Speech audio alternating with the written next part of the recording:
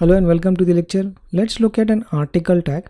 If you want to write an article in the web page, HTML5 give you some predefined tags to write an article. Okay, so we'll try to use those predefined tags and write an article. Okay, I'm going to create a folder called article and create a file called article.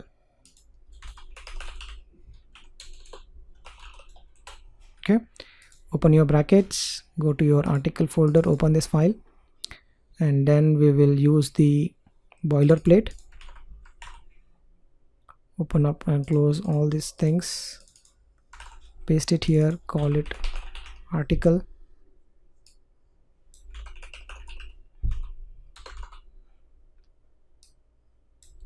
Okay, so I'm going to copy paste how the structure of an article looks like. So this is how the article looks like. You have a section, opening and a closing tag. Inside section you can write n number of articles, and for each article you have an header.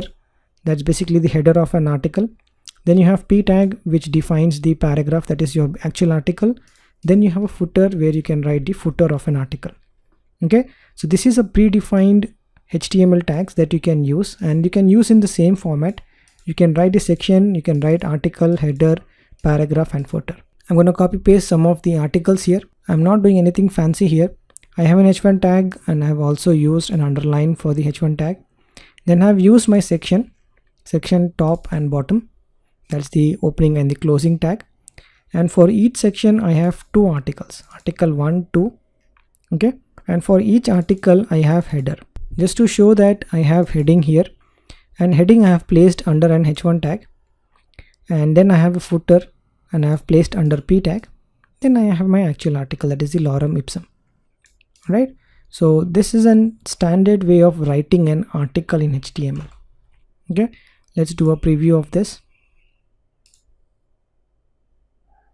Okay, so you see beautifully, you can see all the articles is nicely published here. And if you look at the source code as well, it's easy to read as well, right? You have not used all the p tags and h1 tags. Instead of that, you know this is an article. So now to get those articles nicely formatted, you have used something called as section, article, header, footer and the p tag. If you look at the articles here,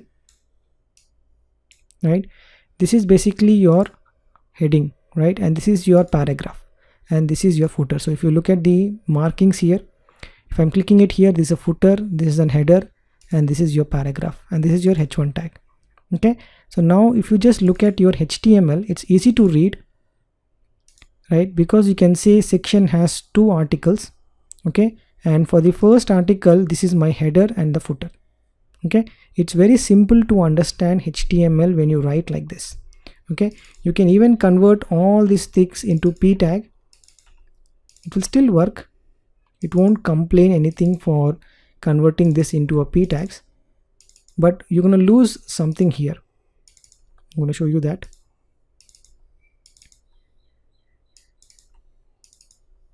Okay, once you do that, the readability is gone, right?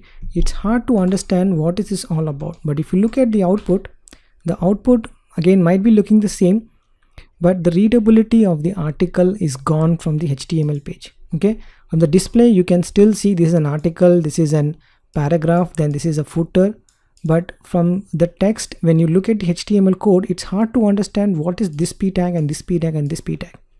And if you're writing articles in HTML, like in a news site or a blog site where you have an article to write, HTML gives you predefined tags to write it. Well, if you use section, article, header, you can see the benefit straight away.